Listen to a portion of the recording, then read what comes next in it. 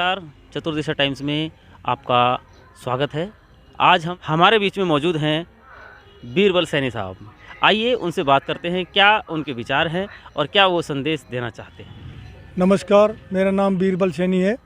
मैं सभी क्षेत्रवासियों को नववर्ष 2023 की हार्दिक शुभकामनाएं देता हूँ। तो राजनीतिक क्षेत्र में आपका पदार्पण हुआ, ये किस सोच को लेकर के आप जो राजनीति में आए हैं? राजनीति मेरी बैकग्राउंड तो नहीं है, लेकिन मैं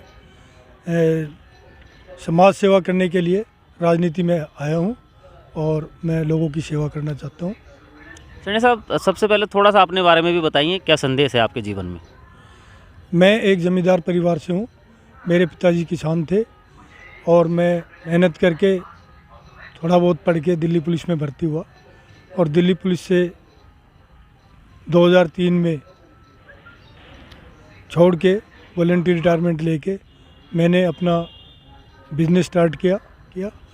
उसके बाद में मेरा बिज़नेस मेरे बच्चों ने संभाल लिया है और अब मैं सोचता हूँ कि मैं अब समाज की कुछ सेवा करूँ।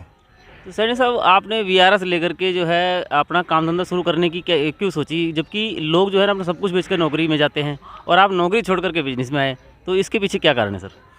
मैंने देखा कि पुलिस में मेरा जैसे शरीफ आदमियों का काम नहीं है और मैं वहाँ से छोड़ के मैंने अपना काम स्टार्ट किया। मेरे पास अपना बैकग्राउंड था और मैंने अपना बढ़िया से काम किया। तो सर, आपको समाज सेवा में किसने या किस विचार ने जो है प्रेरित किया कि आप समाज सेवा में आकर के अभी नगर पालिका का चुनाव भी लड़ने जा रहे हैं? मैं जो बिज़नेस कर रहा हूँ वो भी समाज सेवा से संबंधित है और मैंने लगा कि मैं अपने निजी कोष से समाज सेवा नहीं कर सकता, इसलिए मैंने सोचा कि राजनीतिक क्षेत्र में एक के नगर पालिका का चुनाव लड़के और सरकार के कोष से कुछ सेवा ऐसी करूं जो कि आम लोगों के काम आए। और राजनीति में जितने भी अब से पहले हमारे छोटे लेवल के जो नेता आए हैं वो अपने अकाउंट्सों पे, पब्लिक की अकाउंट्सों पे खड़े नहीं उतरे, इसलिए मैं सोचता हूं कि मैं आगे भविष्य में पब्लिक के लिए, पब्लिक की आशाओं के लिए, पब्लिक की आकांक्षाओं को पूरा करूं। सैनी साहब, सवालों के अगले क्रम में मैं जानना चाहूँगा कि नगर पालिका फर्रुखनगर में किस किस प्रकार की समस्या हैं जिसको आपने दूर कराना है? ऐसा है कि फर्रुखनगर में समस्याओं का अंबार है, बहुत ज़्यादा समस्याएं हैं और जो भी आज तक कमेटी में चेयरमैन आया, मेंबर आया, वो लोगों की आकांक्षाओं के अनुरूप काम नहीं किया। सबसे बड़ी समस्या यहाँ पे कूड़ा डालने की है, जो खत्ता है ही नहीं हमारे यहाँ, और जो तो पुराने ज़माने के थे, पुराने टाइम के थे, वो सब लोगों ने कब्जा कर लिया, सब कब्जाओं के भेंट चढ़ गया, इधर उधर चले गए, उसकी कोई वो नहीं है और सफाई व्यवस्था ठीक नहीं है। वही नगर पालिका में सफाई कर्मचारी की हो सकता है संख्या 100, 150, 125 हो, लेकिन ग्राउंड पे तो कम ही आदमी काम करते नज़र आते हैं और मेरे को नहीं लगता कि पूरे आदमी काम करते हैं। यहाँ पे फर्रुखनगर में जब से हम देख रहे हैं, 60 साल की उम्र तो मेरी भी हो गई है, कोई बस स्टैंड नहीं है और यात्री कभी इधर कोने पे खड़े होते हैं, कभी उधर होते हैं, कभी उधर होते हैं। एक निश्चित व्यवस्था नहीं है, कोई बच्चों का खेलने का स्थान नहीं है, चिल्ड्रन पार्क वगैरह नहीं है और स्वास्थ्य संबंधी समस्या है और जो सड़कें हैं, जो गलियां हैं, सड़कें जो मेन बस अड्डे पे है या आसपास है उस पर फुटपाथ नहीं है, तो आदमी रोड पे चलते हैं और इसकी वजह से एक्सीडेंट होते हैं। अगर फुटपाथ होंगे तो लोग फुटपाथ पे चलेंगे और ये समस्या नहीं है।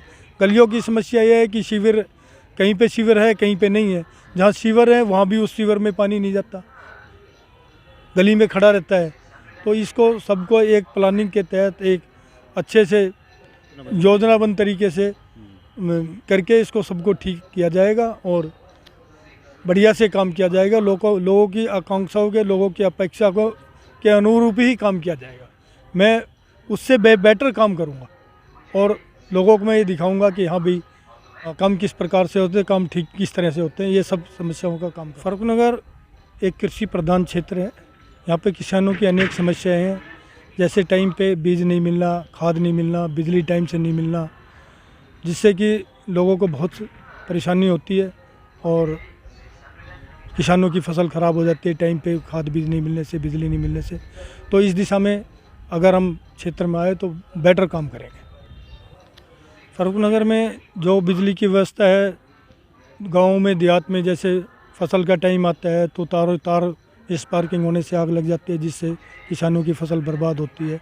और अनेक समस्याएं किसानों की है, जिसके बारे में मैं बढ़िया फरुखनगर में स्वास्थ्य क्षेत्र में वैसे तो यहाँ पीएचसी है, लेकिन उसमें नाम की पीएचसी है, उसमें कोई काम नहीं होता। हाँ, और दवाइयों की व्यवस्था भी ठीक नहीं है। डॉक्टर लोग दवाई लिखते हैं, बाहर से परचेज की जाती है, जिससे कि लोगों को काफ़ी समस्या होती है। लोगों गरीब आदमी वहाँ पे इलाज कराने जाते हैं, जिनको बहुत समस्या होती है, पैसे होते नहीं है लोगों के पास। और जो दवाइयों का स्टॉक रूम है, स्टोर रूम है, उसके आसपास इधर उधर ऐसे आवारा से बच्चे बैठे रहते हैं, जिससे कि औरतें वगैरह को काफ़ी समस्याओं का सामना पड़ता है। अगर हम आए तो इस दिशा में अच्छा काम। शिक्षा के क्षेत्र में स्कूल में कमरों का अभाव है, टीचर का अभाव है, और स्कूल के आसपास है ना गंदगियाँ बहुत है, और आवारा किस्म के बच्चे इधर उधर बैठे रहते हैं। तो अगर मैं आया तो इस दिशा में बढ़िया काम। रोज़गार के क्षेत्र में वैसे तो ये मेरा विषय नहीं है, सरकार का विषय है, लेकिन फिर भी फरुखनगर में जैसे जैसे पॉपुलेशन बढ़ रही है, काफ़ी बच्चे बेरोज़गार है, उस दिशा में मैं जैसे यहाँ पे कॉर्पोरेट कंपनी आती है, वेयर हाउस आ रहे हैं, जिनको लाखों रुपए की इनकम होती है, उसमें एक CSR फंड होता है, उनसे मिल के और मैं उस CSR फंड का पब्लिक वेलफेयर में, बच्चों के काम धंधे में, इधर उधर में उसका यूज कराऊंगा। और ये एक इस दिशा में बहुत ही बढ़िया कदम होगा। और मैं एक बार दोबारा क्षेत्रवासियों को नव वर्ष 2023 की हार्दिक शुभकामनाएं देता हूं, और मैं उम्मीद करता हूं कि आप लोग अच्छा कैंडिडेट चुने जो सही दिशा में काम करे और आप लोगों के लिए बेहतर काम करे।